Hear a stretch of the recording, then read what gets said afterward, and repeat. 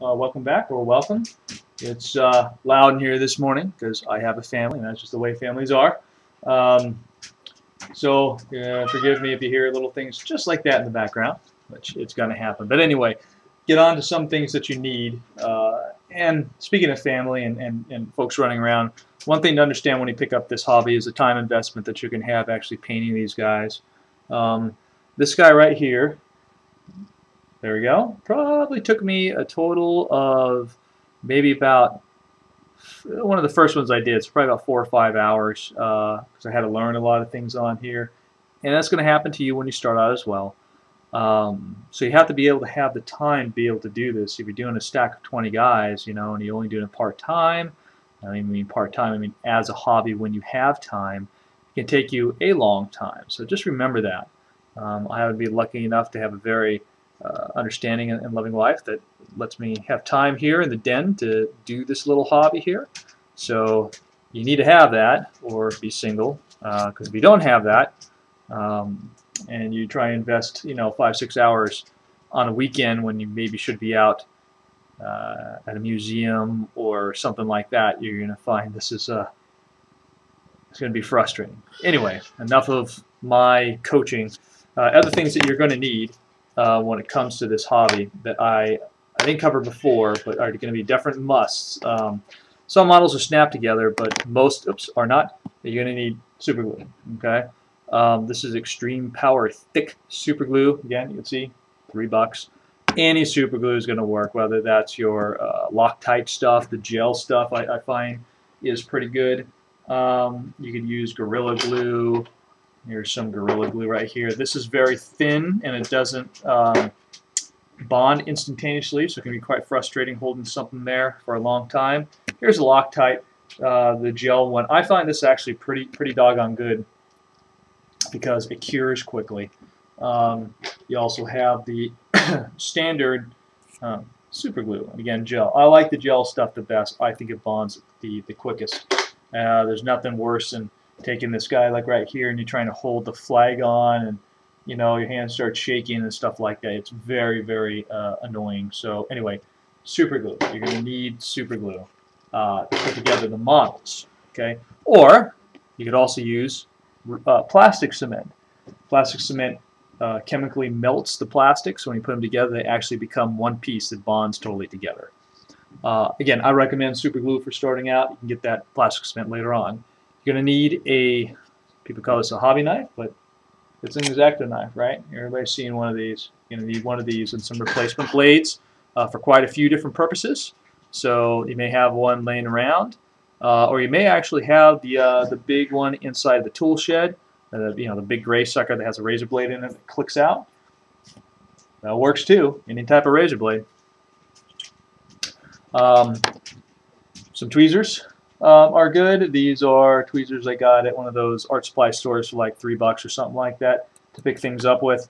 I'll go over what these are used for here in just a moment.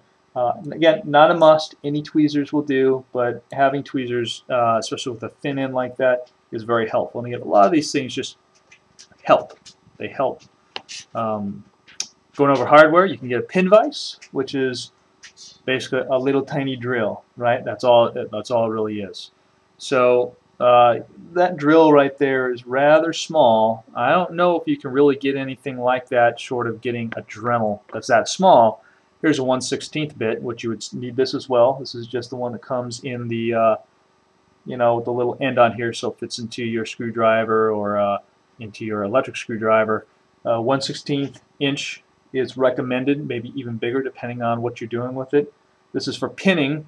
I won't go over pinning, but another thing for pinning you're going to need is paper clips. Show you a paper clip. I'm sure you know what it looks like. Okay, it's paper clips. We'll need it for other things as well. So you don't want to get a pin vise. Try and get this stuff right here, the normal bits. They don't go as small as you need. I mean, there isn't one that has the same diameter as a paper clip. That's why I use a pin vise. You can use a Dremel. If you have a Dremel, just be cautious when using that Dremel because the plastic on models are very thin and you'll go right through it. Once you bust a model, you really can't repair it necessarily, but you can use this. This is green putty, okay? Sorry, it's upside down to read.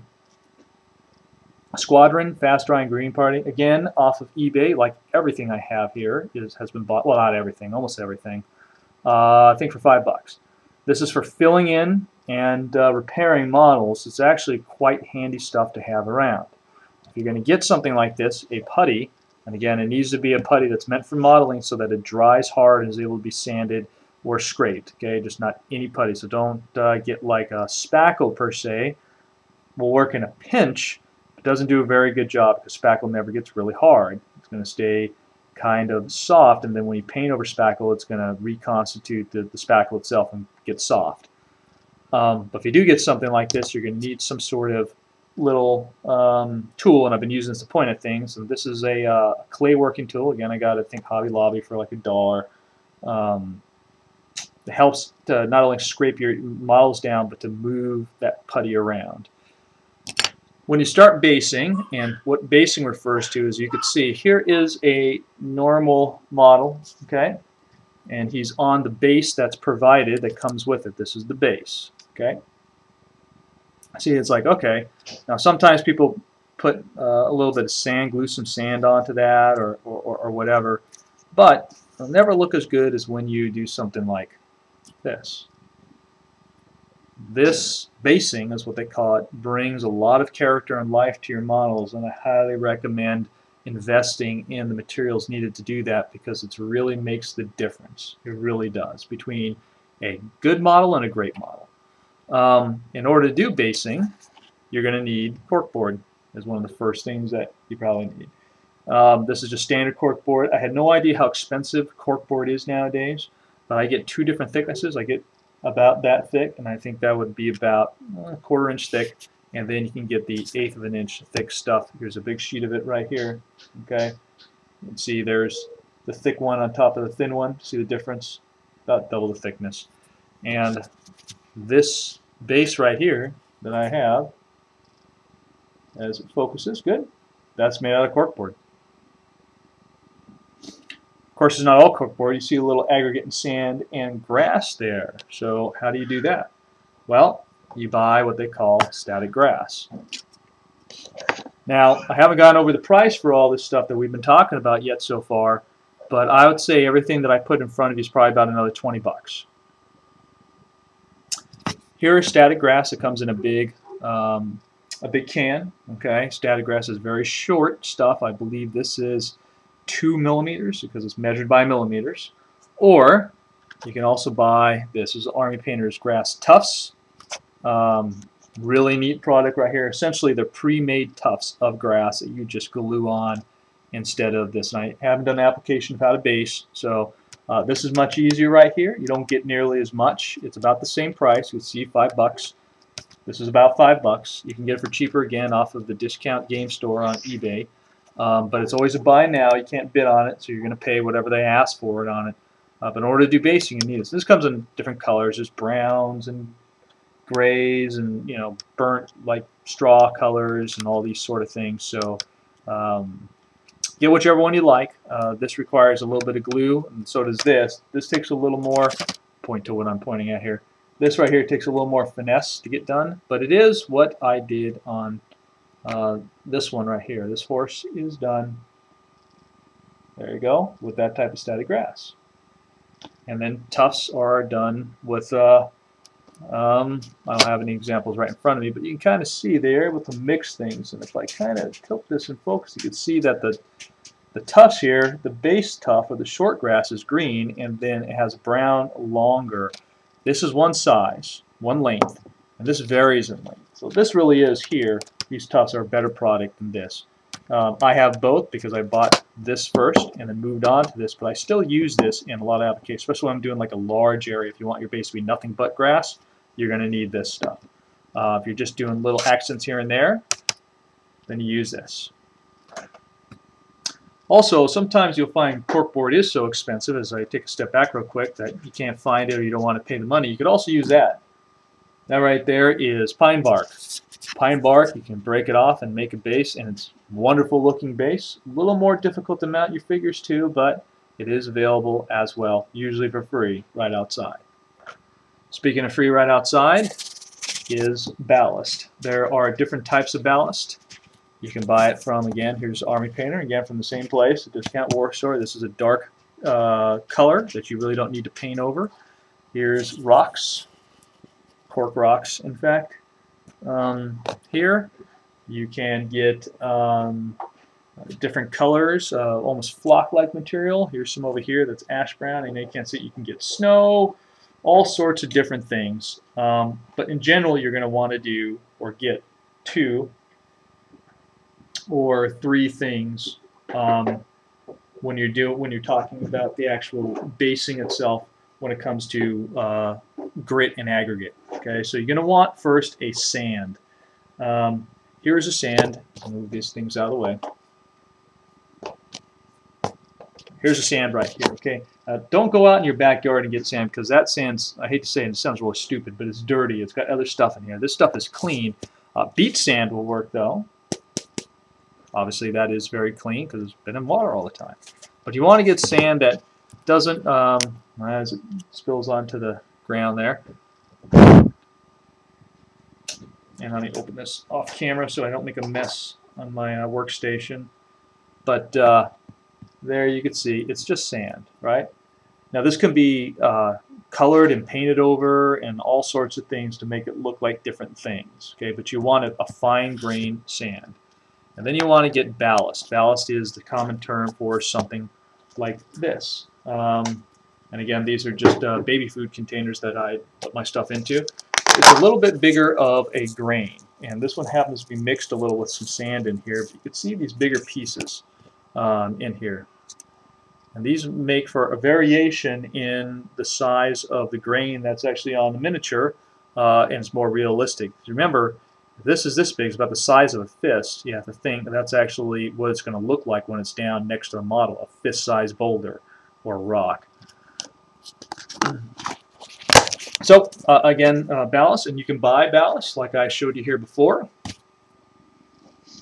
Something like that. Brown Battleground is what this is called. But again, it's like coffee grinds. In fact, you can use coffee grinds as well. And here's what it looks like. And again, this right here is not necessarily made to be painted over, although you can. It does absorb water, unlike sand does, and it kind of softens when you put stuff over it until paint over it until it cures. But again, just ballast. Now, you can get cork rocks. That's what these are, the cork rocks. Nothing special about that, to make bigger rocks on the base of the models. Or what you can do is you can also get slate. Slate is something you can buy, actual pieces of slate from Games Workshop. They sell you some broken slate for about $50 or something like that. Or what you could do is, if you have any slate anywhere around, and this is kind of a big piece for a bigger model, here's a good piece. Then you don't really even need to paint this, to tell you the truth. It looks good just being glued on, maybe after you clean it once or twice. But all you do is get yourself a little piece of slate, and I mean maybe about the size of this round right here. About that big. Put it inside a plastic bag and beat the snot out of it with a hammer. And what you get are all different sizes. You get these big ones here for big bases to have stuff come up. And you get the sand and the small things here in the bottom for little miniatures. And this stuff, again, you can make it, paint it to be a piece of slate. You don't have to paint it all. You can even take this and stick it in the ground and, believe it or not, paint it different colors to make it look like a crystal or something like that sticking out of the ground. That's what you want to do. A lot of applications for this, but don't buy it. Just find a piece of slate somewhere. You can go to Home Depot, and I'm sure they got like a shattered piece on the ground where they have like the slate built up or on pallets. I'm sure if there's like a little, piece on the ground that's slivered off, nobody's going to care if you go and you can even ask somebody, can I have that little piece that fell off? Things like, yeah, sure, I have to sweep it up later. Put it in a plastic bag, beat the snot out of it, and you have slate. The last hardware item that you're going to need when you're doing models, you don't need it. It is definitely a nice to have because you can use your X-Acto knife for it. But sprue colors. So models come on a sprue. That's the item that surrounds the model when you actually get it. And sometimes it's still connected to that sprue, or most times when you buy it's connected to the sprue. When you buy things off of eBay, sometimes it comes on a sprue, sometimes it comes assembled. If you have a choice, I would recommend that you buy it unassembled. That means not off the sprue, actually still on the sprue. Here's an example right here. You see the sprue? That thing holding it on here, that the model piece is held onto, is the sprue. Okay, you need to cut that off with something and trim it. Now, in a pinch, if you don't want to go out and get anything, you can use these. These are dikes, right? Normal wire cutters. You can kind of see here, a little difficult to see, but the actual cutting edge is not quite flush with the back end. There's a little bit of indentation here where the clippers kind of go in or recess a little right there, so that when you clip like this, it's not a flush cut, right? I know it's kind of not trying to focus, but it's not a real flush cut. So you can use these in a pinch and just go in with your X-Acto knife afterwards and do cleanup. Or you can go buy these. Now, you can buy these from a hobby place. You can actually buy them for models. But this right here I found in the jewelry section, jewelry making section. It's meant for clipping wire. And the difference here is that, oops, is that this is flush. That cutting surface right there is flush. It's totally flush. So when I clip something off a sprue, there's essentially nothing left over. Essentially, you still have to clean up, but this gets you much, much closer. This was about $4 on sale. You don't have to have this. Again, normal wire clippers will work just a pinch. Two other things you may need as time goes on, but at least initially, a file helps from time to time to take off the mold lines. This is just a normal nail file that my wife didn't want anymore. I guess she used it up, so I snatched it and put it in my thing. You can also use for sanding, not sanding, but getting mold lines off this tool or your X-Acto knife. The last item, kind of a set or a suite of things that you may consider getting, is going to be some sort of thing to hold in your hand. Here is a glue stick. I like glue sticks the best. The other item is some tacky. They sell this, if you can, get blue tack. This is blue tack right here. It's far more adhesive, and it just does a heck of a lot better job and adheres to things a lot more than tacky or putty or anything like that. Yes, you can also use silly putty if you want. And this lighter color one is just normal tacky. Get either one. And you need that for when you're holding on to your models, because if you have a model and you're trying to work on it and you're holding it on like this, eventually you're going to have to paint that little piece. Now, the oils and the sweat on your hand, remember, acrylic paint is water soluble, will actually wipe off the paint. So it doesn't make a lot of sense to hold it like this. But what you do is you find something you're comfortable holding on to, and then you just stick this sucker in like that. And now you can maneuver them around like this. And again, it's whatever comfortable. This is a little block of wood from one of my daughter's toys or something like that. I probably shouldn't have stole, but anyway, that helps. You can also, if you wish, connect it to this. This is the glue stick, and see I have a model on the end of it. So that way I can hold it and I can kind of spin it around stuff. I find this, the glue sticks, to be perfect for me. This one helps be held on by plastic or rubber cement. You can use rubber cement to get on. You can use hot glue to paste it on, or you can use that tacky stuff. Tacky is probably the least choice, because especially the tacky they have here in the States, it would just peel off and you get 3/4 done with the model and drop it on the ground, shatter all over the place. Not good times. I did forget one thing. I'm sorry. The last thing you're going to need is white glue. Sometimes they call this PVA glue, tacky glue, whatever. It's white school glue, Elmer's glue. We all know what the heck it is, right? This is for making your bases. And you can actually use this as well to put this on the top of this sucker right here and then put a model onto it. You can do that. You're going to have a hard time getting it off too.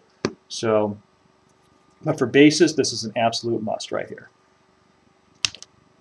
Again, all the stuff we just talked about here this morning, if you were to go out and buy all this from a store, you're probably going to spend upwards of $30, $40. You probably get a good portion of it off of eBay for maybe even half that price. The static grass and stuff, again, it's about $5 right there. Pine bark, free, right? Wire clippers, if you already have it on hand, then you already have it on hand.